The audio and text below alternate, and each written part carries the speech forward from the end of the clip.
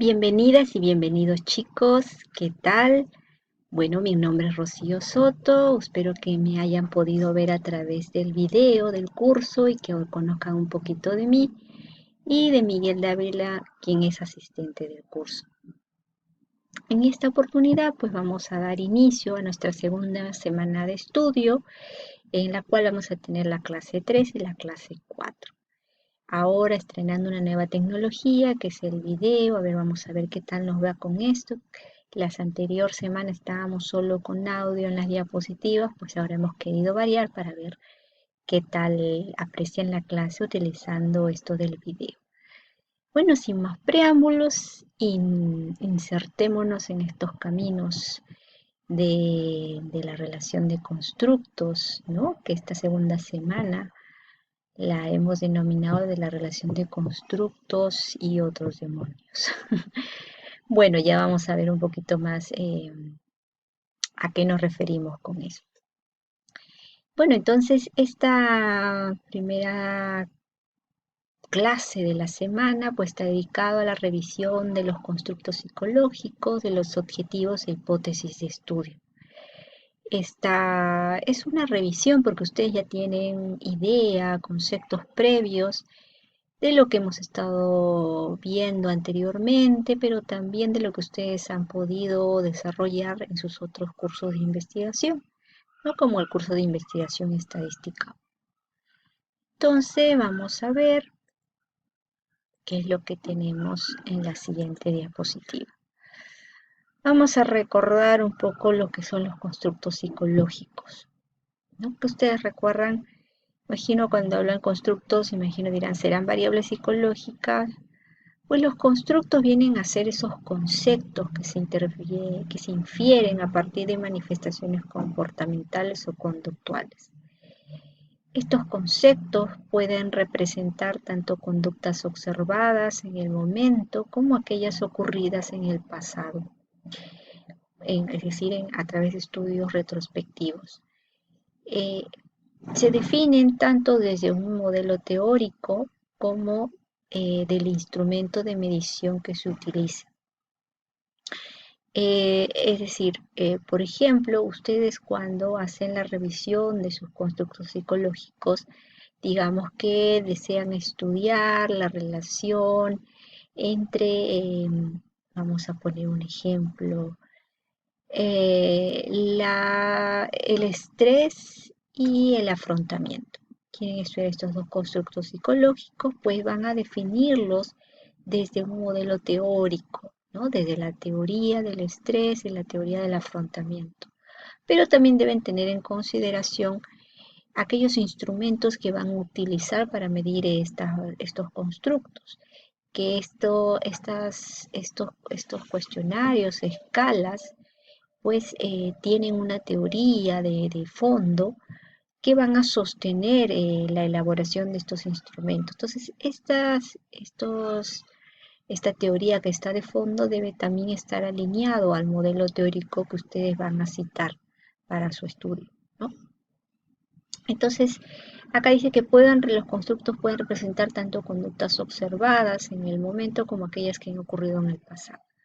Bueno, porque nosotros, si bien observamos una conducta, pero también sabemos que de repente bajo esa lógica de, por ejemplo, el estrés, pues debemos considerar aquellas también que pueden darse en otro momento, ¿no? Que no la estamos observando en ese momento, pero sabemos que como parte de esta variable se pueden dar, ¿no? Así vamos a recordar que la definición de un constructo va a tener una definición conceptual y una definición operacional. Esta definición conceptual alude más a la descripción de aspectos principales y secundarios de los conceptos, es decir, la identificación de la manera en que se relaciona este constructo con otros conceptos o variables. Va a haber una definición detallada en base a la evidencia empírica vigente. Esta es una definición conceptual que vamos a ver posteriormente un ejemplo. Se va a notar más la diferencia con una definición operacional. La definición operacional es la medida del constructo, es decir, cómo nosotros vamos a poder medir el constructo, lo utilizamos a través de instrumentos.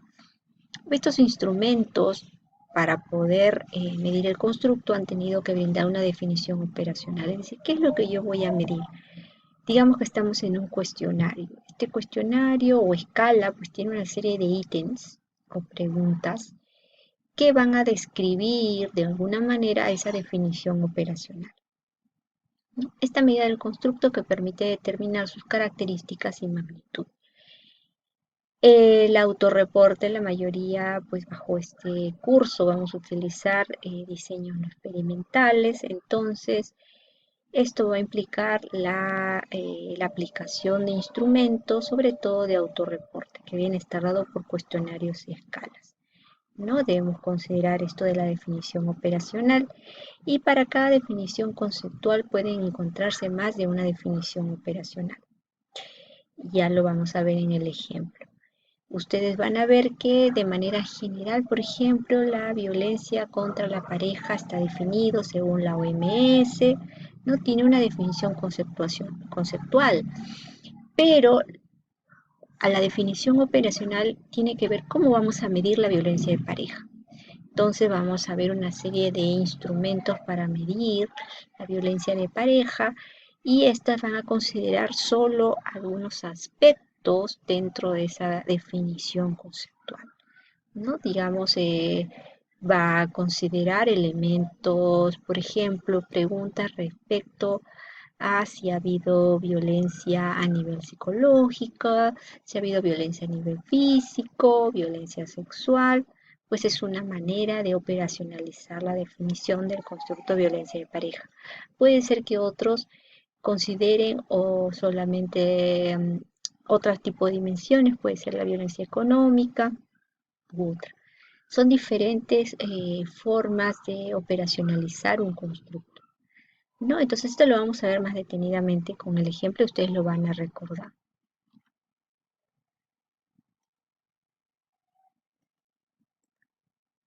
Por ejemplo, la ansiedad.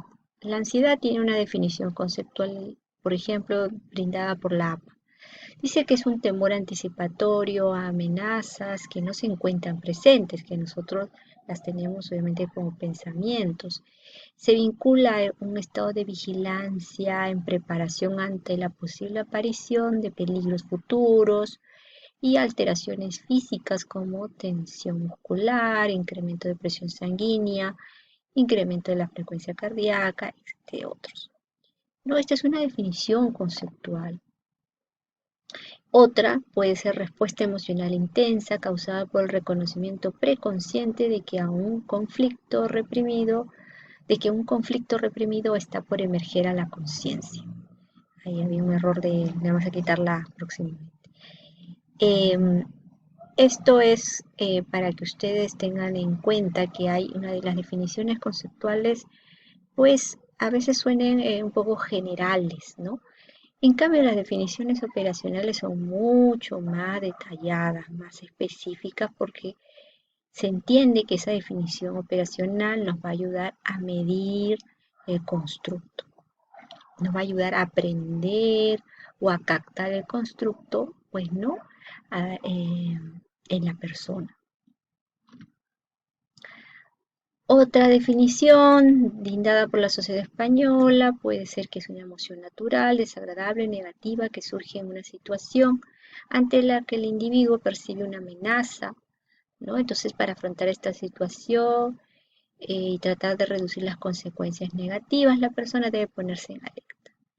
Es una reacción emocional que puede observarse a un nivel cognitivo, que es la experiencia, cognitivo subjetivo, fisiológico, que hay cambios corporales, y motor, que tiene que ver con lo conductual observable.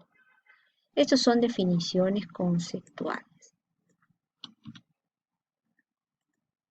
Y ahora vamos a ver entonces cómo se dan estas definiciones operacionales que hablábamos que nos remiten a la forma como vamos a medir la ansiedad.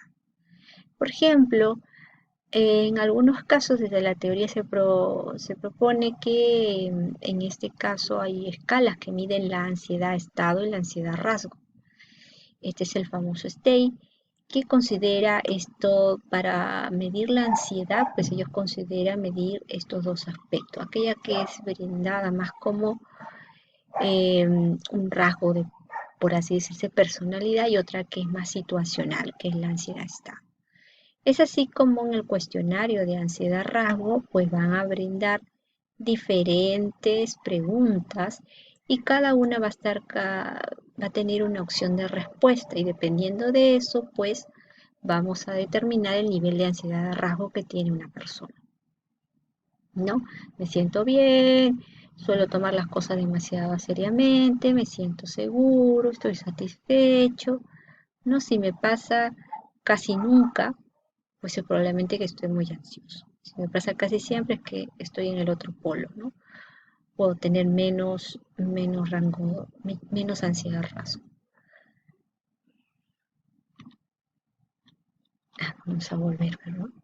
La ansiedad estado es la otra definición operacional de la ansiedad y acá también está dado por una serie de ítems que vienen, que esta totalidad de ítems van a tratar de captar la ansiedad estado, van a través de estos ítems medir si es que la persona tiene ansiedad estado o no, desde su propia autopercepción, ¿no? Entonces también considera unas opciones de respuesta. Entonces, esto es solamente para recordarles cómo un constructo puede tener una definición conceptual, pero también tiene una definición operacional para que pueda ser medido. El otro punto que vamos a ver son los objetivos e hipótesis. Y vamos a recordar el objetivo general, que este va a responder al propósito del estudio y que puede estar parafraseado utilizando estos verbos como conocer, describir, comparar, identificar, estimar, entre otros. El propósito del estudio pues es casi como ese propósito general, ¿no? En donde se menciona que vamos a estudiar las relaciones de determinadas variables, pero de una manera general.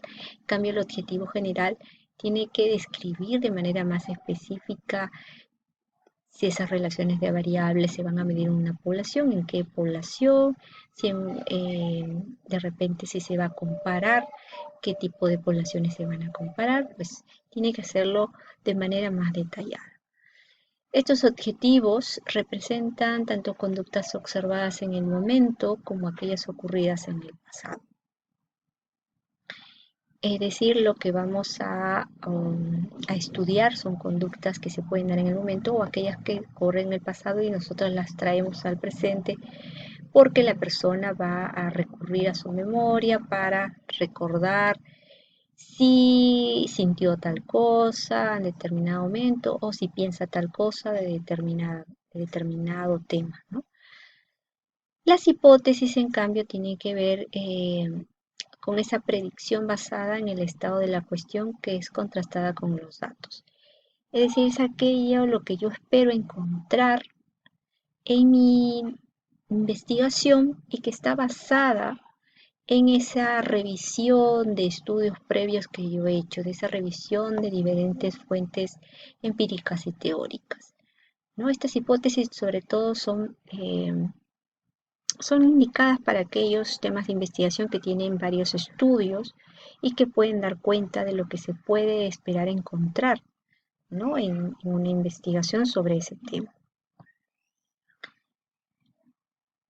Acá tenemos algunos ejemplos, los cuales son importantes solo para mencionar.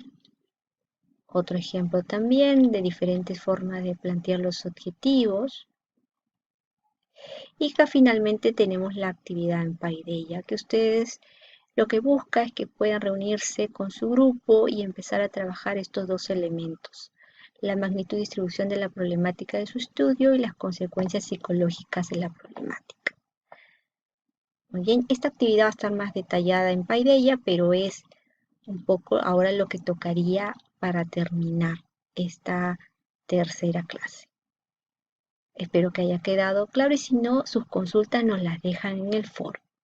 Muchas gracias por su atención.